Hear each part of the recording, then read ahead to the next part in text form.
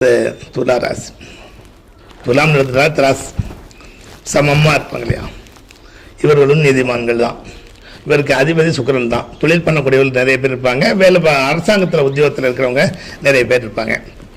அதனால் இந்த ராசிக்காரர்களுக்கு இடையில என்ன நடக்குதுன்னா, 6ஆம் இடத்துல சனி பகவான் வரார். 6ஆம் இடம் சொத்து ஸ்தானம். நிரந்தரமான சொத்துக்களை வாரி வழங்குவார்கள். நீண்ட நாட்களாக நிலப்பிரச்சனை இருந்தது அப்படின்னா அந்த நிலப்பிரச்சனை நீங்கும். எதிரிகள் பயந்து ஓடுவார்கள். எதிரிகள்னா நேரடி எதிரிகளும் உண்டு, மறைமுக எதிரிகளும் உண்டு. நேரடியாக பேசிட்டு அந்த பக்கம் போய் தேவையில்லாமல் பேசுகிறவங்க, இப்படிப்பட்ட நிலைகளை தான் சந்திச்சிருப்பீங்க.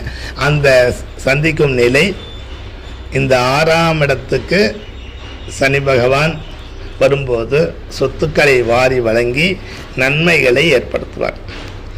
இப்போது புது சொத்து வாங்கலாம், புது வீடு கட்டலாம், தன் பணம் சேவிங்ஸ் ரொம்ப கரெக்டாக இருக்கணும் இல்லையா? ஆரம்ப காலத்துலேருந்தே இப்படி தான் இருப்பாங்க, சீக்கிரமாக இருப்பாங்க, திரவம் பண்ண வேண்டிய இடத்துல திரவம் பண்ணுவாங்க. அப்படிப்பட்ட ஒரு துளாராசிக்காரர்கள் பயப்பட வேண்டிய அவசியமே இல்லை.